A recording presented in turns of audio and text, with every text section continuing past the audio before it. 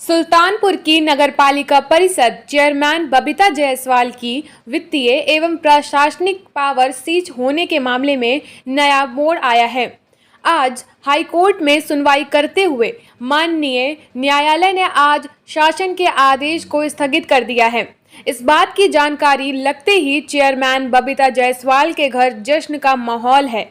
ढोल ताशों के बीच चेयरमैन बबीता जायसवाल के समर्थक उनके घर पहुंच रहे हैं और बधाई दे रहे हैं। गौरतलब हो कि पिछले दिनों सभासदों ने शिकायतों की झड़ी लगाते हुए तमाम शिकायतें शासन से की थी। पिछले कई सालों से सभासद चेयरमैन बबीता जायसवाल के खिलाफ कार्यवाही की मांग कर रहे थे। इन्हीं सब शिकायतों का संज्ञान लेकर शासन ने बबीता जायसवाल की वित्तीय एवं प्रशासनिक पावर सीज कर दी थी। हालांकि विपक्षियों के हौसले आज उस समय पस्त हो गए जब हाईकोर्ट ने शासन के आदेश को स्थगित कर दिया। वहीं इस मामले में चेयरमैन बबीता जायसवाल और उनके पति अजय जायसवाल का क्या कहना है, जरा आप भी सुनिए।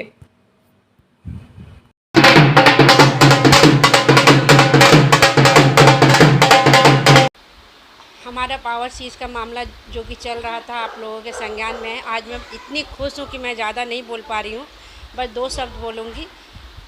असत्य पे सत्य की जीत हुई है। बाबा भोलेनाथ ने सत्य का साथ दिया है। आगे की विधिक जानकारी मेरे विधिक सलाहकार मेरे पति देंगे। 3 तारीख की रात में पालिका अध्यक्ष के पावर सीजर की कार्यवाही जो कि 4 तारीख को पालिका अध्यक्ष के संज्ञान में आई, जब जिलाधिकारी महोदय के द्वारा पावर सीजर की सूचना रिसीव कराई गई। ये जो पावर सीजर हुआ है ये विशुद्ध राजनीतिक बदले की कार्यवाही के तहत किया गया है और जो वह पावर सीजर का आरोप पत्र था वो अपने आप में ही विरोधाभासी था।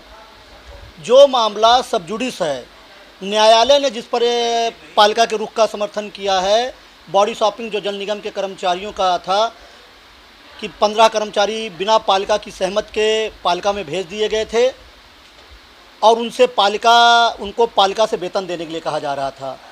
बॉडी शॉपिंग का सीधा सा फंडा है, नियम है कि जिस विभाग में भेजा रहा है उसकी सहमति आवश्यक होती है।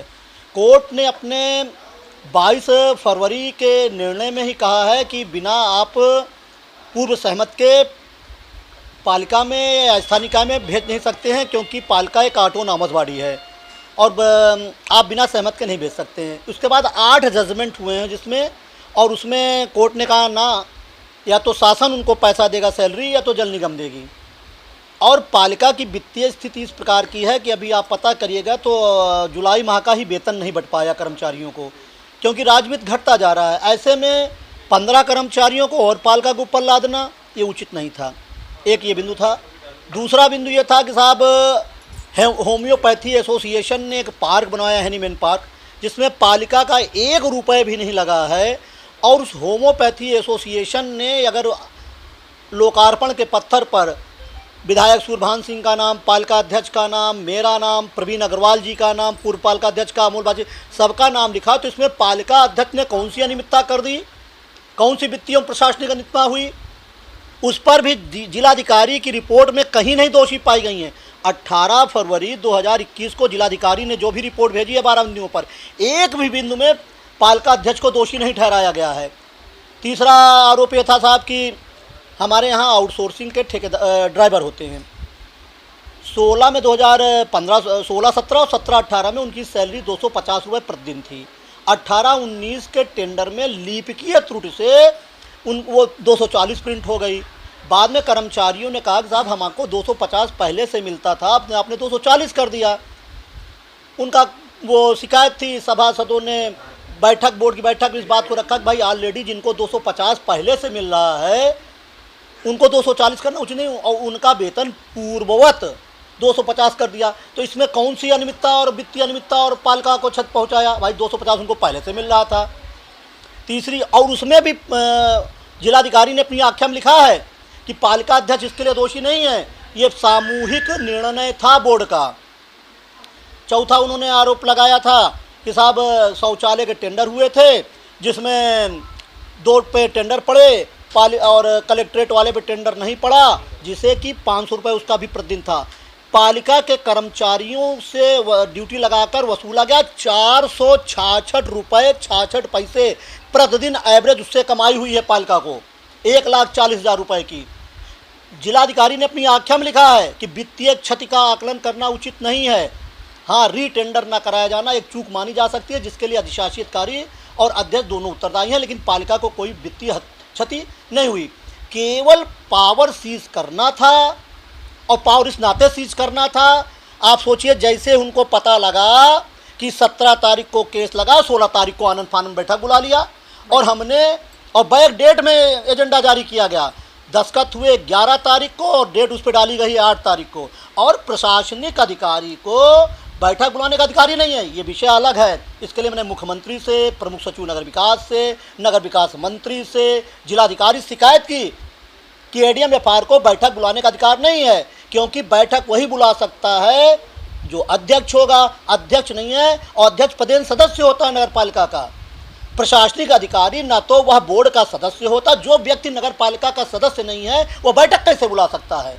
केवल मनमाना एजेंडा पारित कराने के लिए कल यह बैठक आनंद फानंद में बुलाई गई। अरे भाई, मेनका गांधी 19 सांसद हैं, उनके समय से लेकर न जाने कितनी बैठकें हो चुकी बोर्ड की, एक भी बैठक में वो नहीं आई। विधायक जी 3 बैठक इसके पूर्व हो चुकी है, नहीं आए। केवल वह बबीता जायसवाल का सामना करने का नैतिक साहस नहीं था इन लोगों के अंदर कि बबीता जायसवाल का सामना कर सकें। इस नाते इन्होंने बैक डोर चुना और पावर सीज कराकर कल आनंद फानंद में प्रस्ताव पारित किया। यह विषय अब इस पर विधिक परीक्षण हो रहा है और संवैधानिक संकट खड़ा होगा कि जो व्यक्ति सदन का सदस्य नहीं है वो बैठक कैसे बुला सकता है। इस पर भी जो भी उचित फोरम होगा उसका निर्णय लिया जाएगा। और आज न्यायालय ने भी इस बात की पुष्टि की कि ये जो आदेश हुआ है आनंद फानंद हुआ, अरे 3 घंटे तक बहस चली और उसके बाद न्यायालय ने निर्णय दिया। और सोमवार उन्होंने कहा कि मैं ये आदेश क्वेश करूंगा। सोमवार को क्वेश्चन में लगा है शासन का। ये जैसा कि सूचना मिली है हमारे अधिवक्ता ने कि शासन ने स्वयं कहा कि मैं अपना आदेश विड्रा कर लूँगा। तो ये बैठक हुई है, इस पे क्या कहना है? इस पर मेरा ये कहना है कि ये अवैध है बैठक, क्योंकि जो व्यक्ति बोर्ड का सदस्य नहीं है, जो नगर पालिका का गठन किससे होता है, आप धारा 9 पढ़ लीजिए, उसमें लिखा है अध्यक्ष जो उसका चेयरपर्सन होगा, फिर निर्वाचित सदस्य, फिर राज्यसभा, विधानसभा और विधान परिषद के सदस्य और नामित सदस्य। इनसे नगर पालिका गठन होता है। इसमें कहीं भी प्रशासनिक अधिकारी नहीं है। और अध्यक्ष कौन होगा? जो जनता द्वारा निर्वाचित होगा। वित्तीय और प्रशासनिक पावर अध्यक्ष की चीज है, ना कि अध्यक्ष पद से वो हटाई गई है। और आज भी धारा 49 के तहत पालिका अध्यक्ष नगर पालिका की पदेन सदस्य होती है। जो अपना गाल बजा रहे हैं और लड्डू फोड़ रहे हैं कल की बैठक को लेकर, तो पता लग जाएगा। जैसे 88-2 में गए तो थे 3 तारीख को बोर्ड बैठक रद्द कराने के लिए। ये तो जब न्यायालय ने आपका नहीं रद्द किया तो आप कौन होते हैं? आप यही 19 सभासद गए थे ना अमोल वाजपेयी के नेतृत्व में, क्यों 3 तारीख को इनको नहीं मिला? कोर्ट ने ही कहा कि ना, आपको अगर कोई ग्रीवांसेस है तो आप शासन को प्रत्यावेदन दीजिए, फ्रेश प्रत्यावेदन दीजिए, 4 हफ्ते में डिसाइड होगा। ये तो जैसे ही इनको पता लगा कि 17 तारीख को केस लगा है और शासकीय अधिवक्ताओं ने भी इनको बता दिया कि निर्णय आपके पक्ष में नहीं जाएगा, तो ये आनंद फानंद में 16 तारीख को आज केस लगा है, कल उन्होंने बैठक कर लिया। और विनोद सिंह विधायक किस हैसियत से लीड कर रहे थे? वो केवल पदेन सदस्य हैं। और जो सबसे बड़ी बात है कि इसमें कैबिनेटर अमोल वाजपेयी और अन्य, आज उनकी कैबिनेट को कोर्ट ने खारिज किया, फटकार लगाई।